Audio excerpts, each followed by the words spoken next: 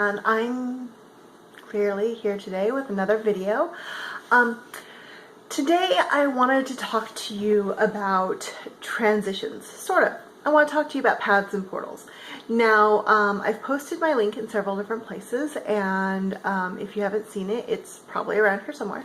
But I'm a huge fan of Pinterest, and I really love just like hanging out there when I'm feeling kind of down, or I need some inspiration, or I'm looking for instructions, or trying to figure out what to make for anyway. It's Pinterest. There's a ton of stuff on there. If you hang out with me on Pinterest, you may have noticed that I have a huge board called Paths and Portals. And because we're in fall and we're heading very quickly into winter, I wanted to talk about why paths and portals are such a huge thing in life, and why especially they're important to me, because we talk a lot about paths and we use them in a lot of metaphors and different portals and stuff. By the way, by portals I mean things like gates or doors or archways, or just something that delineates the difference between this place and that place. So anytime you're moving from like one room to another, or one place to another, or anything like that. But because we're in fall, and fall is a great time of transition, and especially because we just crossed the 11/11 barrier of November 11th, I thought I'd talk about transitions and what that's really all about. Now, one of the earliest references in my memory, so my personal memory, of talking about the sanctity and weirdness of transitional spaces is in regards to the fairy world. And a lot of times this is called liminal spaces. And the idea is that in these places that are between places or between times, anything can happen. Things are changing, and you can't always control what those changes are.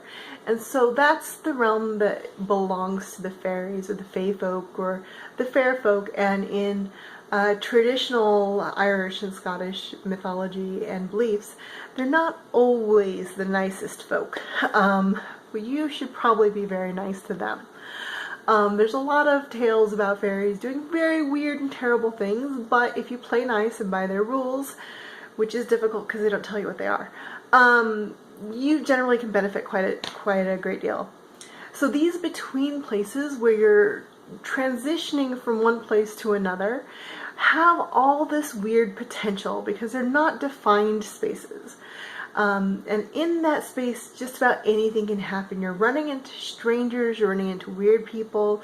There's all sorts of people and entities are passing through this space, and sometimes it's not quite as traveled as other places. Like the hallway down your house is not going to be as traveled as the freeway to work or whatever. But there is more people, and there's a lot more traffic in that hallway than anywhere else in your house, because hallways are meant for traveling. That's what they're for. So it's how you get from one place to another. So I kicked my tripod again, you guys. I keep doing that to you. I'm sorry. So yes, so these liminal spaces or transitional spaces carry a lot of potential, and it's in that space that chaos and magic can really happen.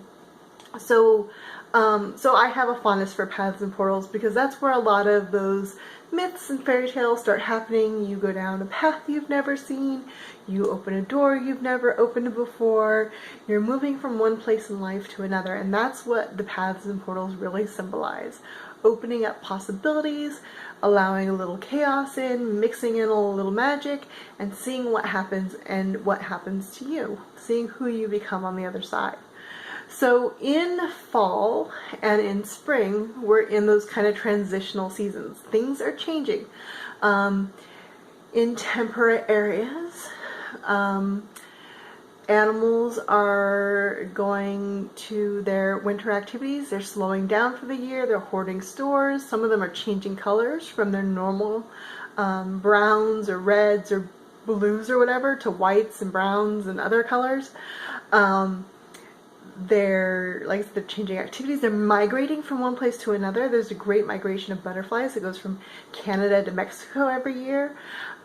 Things are just in flux and changing. The leaves change, the flowers and vegetables and things that are available change. There's a lot of changes that happen in our year, so in our world, I mean. So if you find this time period of fall and again in spring to be kind of volatile and kind of crazy and hard to keep up with, that's okay. It's totally normal and it's part of the cycle of life.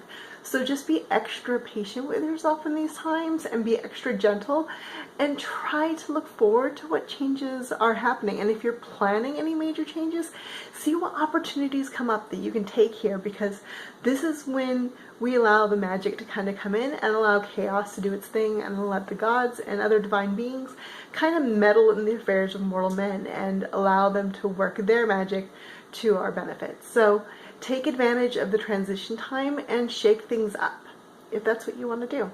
So this is just me rambling about transitions and the changing seasons and paths and portals. And again, I'm Nathara from CrowSong Lodge. If you like my videos, I'd appreciate it if you hit the like button or subscribe or something, and I will see you later.